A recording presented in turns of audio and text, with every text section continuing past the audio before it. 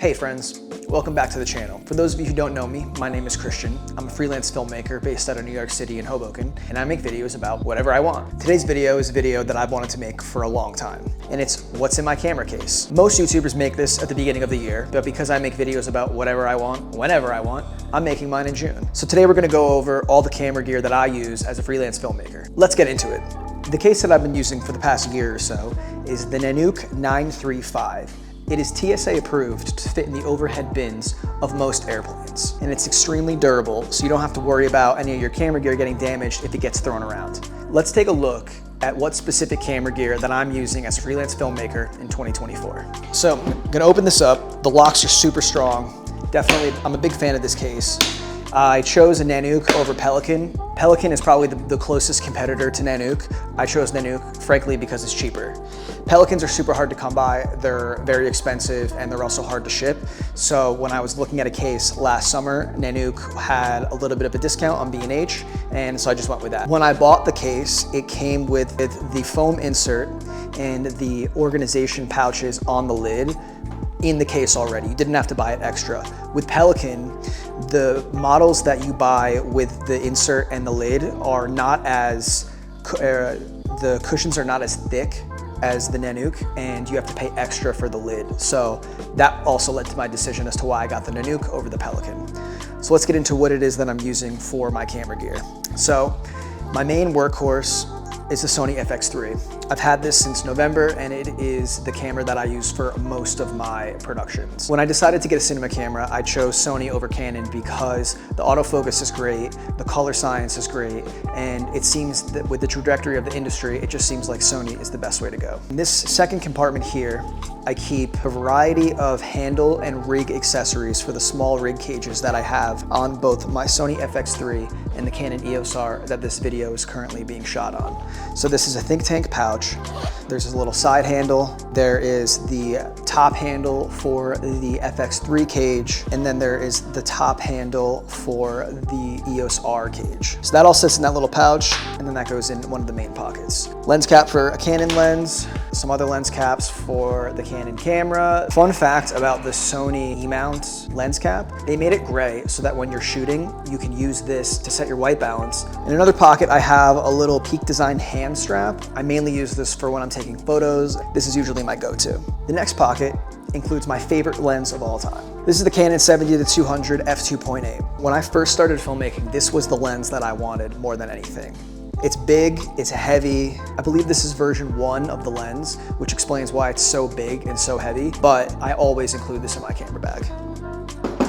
Next pocket, we have the Atmos Ninja 5 monitor. It's an older version. I don't know if they make this anymore. This shoots 4K RAW if you plug an external SSD into it. I originally got this for when I was shooting on my Canon because that can't record 4K RAW. My Sony does, so I don't use the SSD recording as much as I did. But if I need to record 4K and I only have my Canon, then this would be my go-to. The next pocket has 2 batteries. I use these for the Atmos monitor. There's this little light for Harbor Freight. This is good if I'm working on set in the dark and I need to shine something in my camera case. This is just always something good to have. I recommend that most filmmakers have some sort of light in their camera bag because you never know when you're going to be shooting. The next lens is the Canon 16-35 f2.8 L series. This is also the first version. This is my go-to lens for wide angles, portraits, if I want to vlog, it's great. The next lens is a Sigma Art 35mm f1.4, also a Canon mount. I use Canon lenses primarily because I used to shoot on Canon exclusively up until a couple months ago when I switched to Sony, and because I have all of the Canon equipment so far, to me it doesn't make sense to get rid of the Canon and switch to Sony fully, so I still use Canon lenses primarily.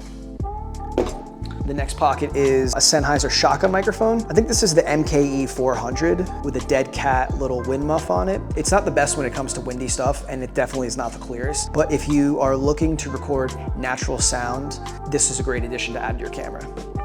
Another pocket has a little aperture light. I'm not sure the model number of this, but it'll be on the screen and linked in the description. This is just a great little light to keep in my camera case if I ever need it.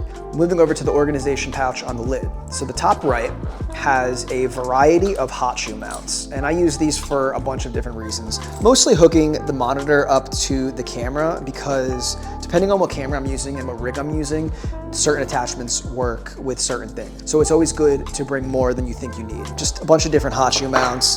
This is a little friction arm. Another hot shoe mount that goes into the monitor. This has like a little swivel on it. Turns, they all turn.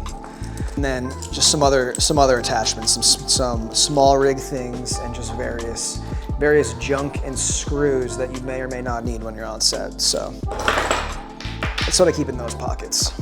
This pocket below that, the bottom right, is where I keep my tools. I have a red tool that I use. It's good if you're ever working on red cameras, or it just has a bunch of different attachments that you may or may not need.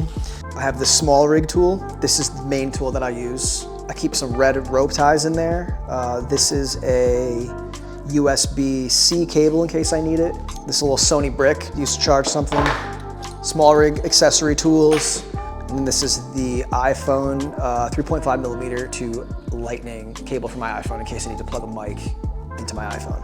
Moving on to this bigger pocket, I have an iPhone attachment. So if I'm ever shooting something and I need to put my iPhone on a tripod, I have that there.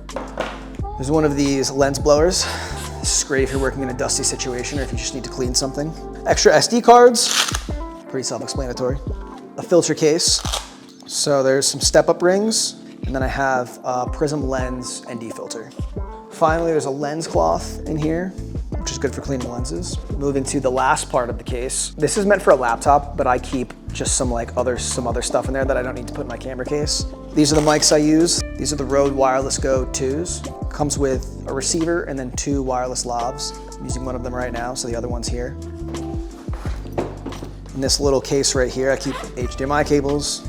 So there's 3 or 4 in there, again, because they break all the time, so it's always good to have extras. And then finally, wireless lav. This is a Rode one. I'm not sure the model number, but it'll be linked in the description.